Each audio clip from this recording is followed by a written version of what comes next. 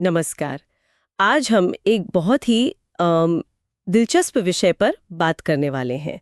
हमारे पास कुछ सामग्री है जिसका शीर्षक है अच्छाई की एक किरण, इंसानियत की क्रांति। और ये ना कुछ बुनियादी लेकिन गहरे सवाल उठाती है, जैसे कि ये दुनिया असल में है कैसी, क्या कोई देश सच में सबसे अच्छा हो सकता है, और सबसे ज़रूरी बात, अच्छे लोग कहाँ मिलते हैं, कैसे पहचाने उन्हें। तो चलिए आज इसी में थोड़ा गहरा उतरते हैं। हाँ बिल्कुल।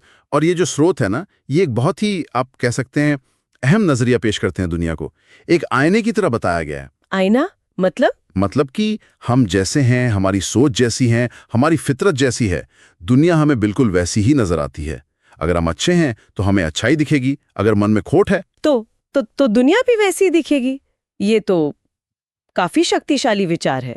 इसका मतलब तो ये हुआ कि दुनिया को देखने का हमारा नजरिया हम पर ही निर्भर करता है। बिल्कुल, काफी हद तक। और वो जो सबसे अच्छे देश वाली बात है ना, हाँ हाँ, उस पर आते हैं। अक्सर सुनते हैं हम, जैसे नॉर्वे है, स्वीडन, कनाडा, इनका जिक्र होता है। स्रोत क्या कहते हैं इस बारे में? देखिए स्रोत मानते हैं कि हाँ, जीवन की गुणवत्ता, शिक्षा, स्वास्थ्य सेवा, इन पैमानों पर कुछ देश बेशक आगे हैं। नॉर्वे, स्वीडन जैसे देशों का नाम इसीलिए आता है। वहां इन चीजों पर ध्यान दिया जाता है। लेकिन सबसे जरूरी बात जो ये स्रोत कहते हैं वो ये है कि अच्छाई किसी देश की सरहद में बंधी नहीं है। कोई पासपोर्ट या नक्शा ये तय नहीं करता कि कहां अच्छे लोग मिलेंगे। सही बात है। अच्छे इंसान किसी एक देश, किसी एक धर्म या जाति उसमें सीमित नहीं है। वो आपको हर जगह मिल सकते हैं। और उनकी पहचान उनके कपड़ों या ओहदे से नहीं, बल्कि उनके गुणों से होती है। जैसे साफ दिल होना, दूसरों का दर्द समझना, मतलब सहानुभूति, बिना किसी स्वार्थ के, बिना कुछ वापस पाने की उम्मीद के किसी की मदद कर देना, सच बोलने का साहस रखना, और शायद सबसे मुश्किल, नफरत का जवाब भी प्यार से देना। ये बात कि अच्छाई की कोई सीमा नहीं होती है, ये दिल को छूती है। और शायद इसी बात को समझाने के लिए वो सच्चापुर गांव और आर्यन की कहानी है, वो मुझे काफी असरदार लगी थी। हाँ बिल्कुल, वो कहानी इन विचारों को जैसे जिंदा कर देती है। सच्चापुर गांव, नाम तो सच्चा था, पर कहानी बताती है कि समय के साथ वहां वो ईर्ष्या और स्वार्थ जैसी भावनाएं बढ़ गई थी। और उसी माहौल में था आर्यन, एक साधारण सा लड़का। लेकिन कहा गया है कि उसका दिल सोने का था। बस सबकी मदद करता फिरता था। ये नहीं सोचता था कि सामने वाला कौन है या उसे बदले में क्या मिलेगा। और लोग उसका मजाक उड़ाते थे ना। हाँ, जैसा कि अक्सर होता है, कहते होंगे कि देखो कैसा बेवकूफ है, आज के जमाने में कौन करता है ऐसा। हाँ बिल्कुल, उसे नासमझ समझते थे। लेकिन फिर कहानी में मोड़ आता है उस भयंकर तूफान से। अच्छा, वो तूफान वाला हिस्सा। हाँ, वो तूफान एक तरह से सबकी परीक्षा बन गया। जब सब अपनी अपनी जान बचाने में लगे थे, घर बचाने में लगे थे, आर्यन अकेला था जो बिना किसी स्वार्थ के सबकी मदद कर रहा था। किसी को खाना पहुंचा रहा था, किसी को सुरक्षित छत दे रहा था, किसी को दवा। उसने ये नहीं देखा कि कौन उसका दोस्त है या कौन उसका मजाक उड़ाता था। और फिर तूफान के बाद क्या हुआ?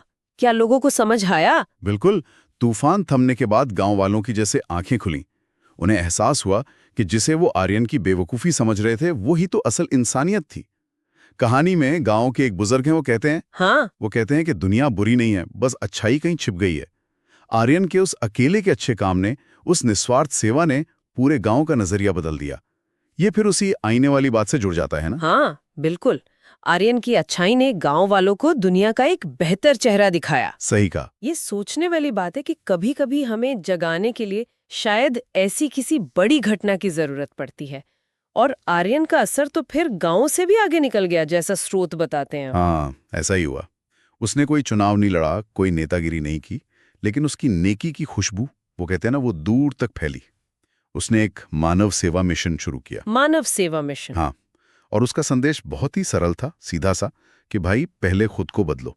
अगर तुम बदलोगे तो तुम्हारा घर बदलेगा, तुम्हारा समाज बदलेगा, और आखिरकार दुनिया खुद ब खुद बदल जाएगी। खुद बदलो तो दुनिया बदलेगी। सुनने में बहुत अच्छा लगता है। और इसका असर भी हुआ। दिल्ली के एक बच्चे अमन की कहानी भी है इसमें। वो आर्यन से इतना प्रेरित हुआ कि उसने रोज एक अच्छा काम करने का प्रण लिया, और फिर उसके जैसे हजारों बच्चे जुड़ते गए। एक तरह की इंसानियत की सेना बन गई वो। वाह, ये तो कमाल है। मतलब एक इंसान के अच्छाई से इतनी बड़ी लहर शुरू हो सकती है। स्रोत तो यही कहते हैं कि व्यक्तिगत बदलाव में बहुत ताकत है। मीडिया ने भी इस कहानी को दिखाया। संयुक्त राष्ट्र यूएन ने आर्यन को ग्लोबल ह्यूमैनिटेरियन आइकॉन का सम्मान दिया। अच्छा। Global humanitarian icon. हाँ। और जब उसे पूछा गया कि वो दुनिया को क्या सलाह देना चाहेंगे, तो उनका जवाब बहुत गहरा था। क्या कहा उन्होंने? उन्होंने कहा, सरहदें मिटाओ, पहले इंसान बनो। सरहदें मिटाओ, पहले इंसान बनो। बिल्कुल। उनका कहना था कि हम जितना समय, जितनी ऊर्जा, जितना पैसा धर्म, जाति, देश, सत्ता के झगड़ों में बर्बाद करते हैं, अगर उसका आधा भी प्यार बांटने में, एक दूसरे को माफ करने में और जरूरतमंद की सेवा में लगा दें, तो शायद इस दुनिया में कोई भूखा नहीं सोएगा, कोई बेघर नहीं रहेगा, कोई अकेला महसूस नहीं करेगा। सच्चापुर, जो सिर्फ एक गांव था, वो अब एक विचारधारा, एक सोच बन गया। वहां के स्कूलों में अब सबसे पहले अच्छा इंसान बनना सिखाया जाता है। तो अगर हम इन सारी बातों का, इस पूरी सामग्री का सार निकालें, तो निचोड़ यही निकलता है कि एक अकेले इंसान की अच्छाई में भी समाज को, यहाँ तक कि दुनिया को बदलने की जबरदस्त ताकत छिपी हुई है। हाँ। वो कहावत भी है ना, दुनिया बदलना है तो भाषण नहीं, उदाहरण दो। एक अच्छा काम, एक अच्छा उदाहरण शायद हजारों भाषणों से ज्यादा असरदार होता है। बिल्कुल सही कहा। और श्लोक एक बहुत ही खूबसूरत और उम्मीद जगाने वाले विचार पे खत्म होते हैं। वो कहते हैं, अच्छाई भले धीमी हो, लेकिन उसकी गूंज सदियों तक रहती है। अच्छाई धीमी हो सकती है, पर उसकी गूंज। हाँ, मतलब शायद उसका असर तुरंत ना दिखे, वो धीमी हो सकती है, लेकिन वो एक लहर की तरह फैलती है, जिसका प्रभाव आने वाले समय में, आने वाली पीढ़ियों तक महसूस होता है। और ये बात, ये हमें सोचने पे मजबूर करती है ना। हाँ, बिल्कुल। ये सोचने पे मजबूर करती है कि आज अभी हम ऐसा कौन सा एक छोटा सा अच्छा काम कर सकते हैं, बहुत छोटा सा ही सही, जिसकी गूंज शायद भविष्य में किसी और के जीवन में उम्मीद बन के सुनाई दे।